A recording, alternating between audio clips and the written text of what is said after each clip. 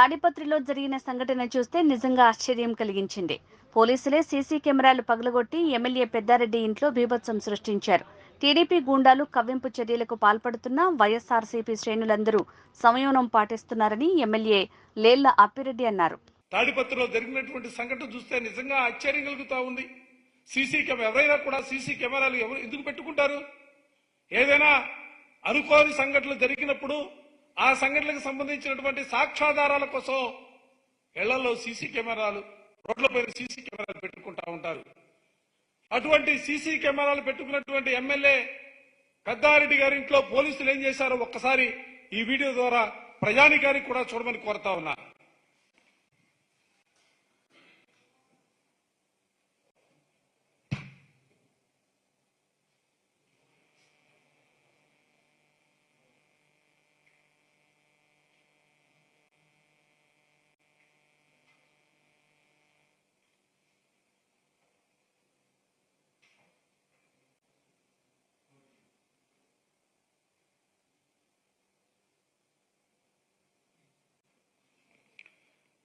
సాక్షాత్తు శాసనసభ్యుడిగా ఉన్నటువంటి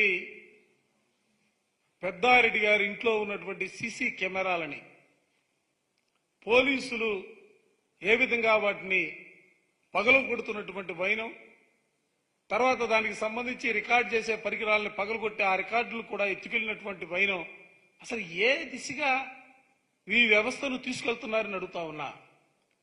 నరసరావుపేట ప్రాంతంలో నరసరావుపేటలో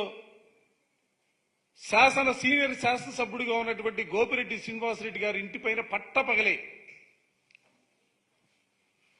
పట్టపగలే దాడి చేసి శ్రీనివాసరెడ్డి గారి మామగారిని గాయపరిచి అక్కడ కూడా విధ్వంసం సృష్టించినటువంటి వైనం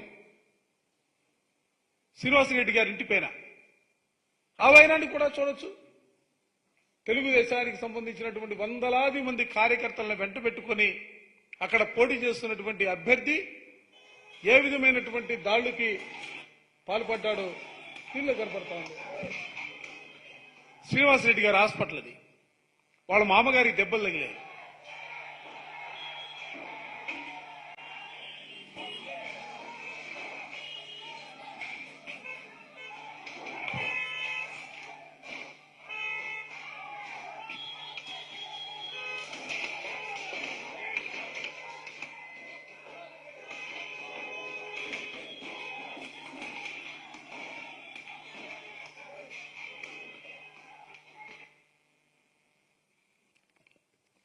కేతిరెడ్డి పెద్దారెడ్డి గారింట్లో వేకువజామున కార్యక్రమం జరిగితే నరసరావుపేట ఎమ్మెల్యే శ్రీనివాసరెడ్డి గారి హాస్పిటల్ పైన ఇంటిపైన పట్టపగలు జరిగినటువంటి దాడికి సంబంధించినటువంటి విజువల్స్ మీరు చూశారు.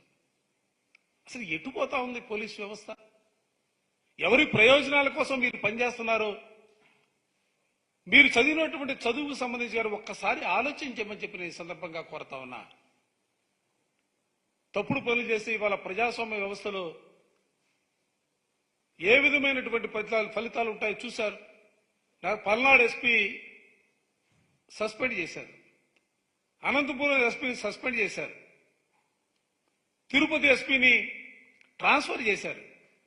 అసలు ఇది ఒక ఎన్నికల్లో జరిగినటువంటి సంఘటనలకు సంబంధించి అధికారులు సస్పెండ్ చేయటం, ట్రాన్స్ఫర్ చేయటం అనేది సిగ్గుగా అనిపించట్లేదా?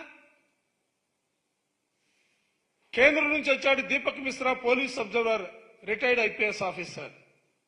ఆయన కనుసన్నల్లో మొత్తం ఇదంతా కూడా ఆయన కనుసన్నలోనే మొత్తం జరిగినటువంటి పరిస్థితులు కూడా నిన్ననే ఎన్నికల కమిషన్ గారికి, గవర్నర్ గారికి అందరికీ కూడా మేము మెమోరియల్ కూడా ఇవ్వడం జరిగింది. ఇవాళ వైఎస్ఆర్ కాంగ్రెస్ పార్టీ కోరుకుంటుంది కానీ ఈ రాష్ట్రంలో ఒక ప్రశాంతమైనటువంటి వాతావరణం ఉండాలని మా ముఖ్యమంత్రి జగన్మోహన్ రెడ్డి గారు ఆశపడతా ఉన్నాడు. ఆ రీతిగానే ఇవాళ రాష్ట్రంలో ఉన్నటువంటి వైఎస్ఆర్ కాంగ్రెస్ పార్టీ శ్రేణులన్నీ కూడా తెలుగుదేశం వారు ఎంత కవ్వించినా, ఎంత దాడులకు పాల్పడినా కూడా మేమందరం కూడా సమయం పాటిస్తా ఉన్నాం.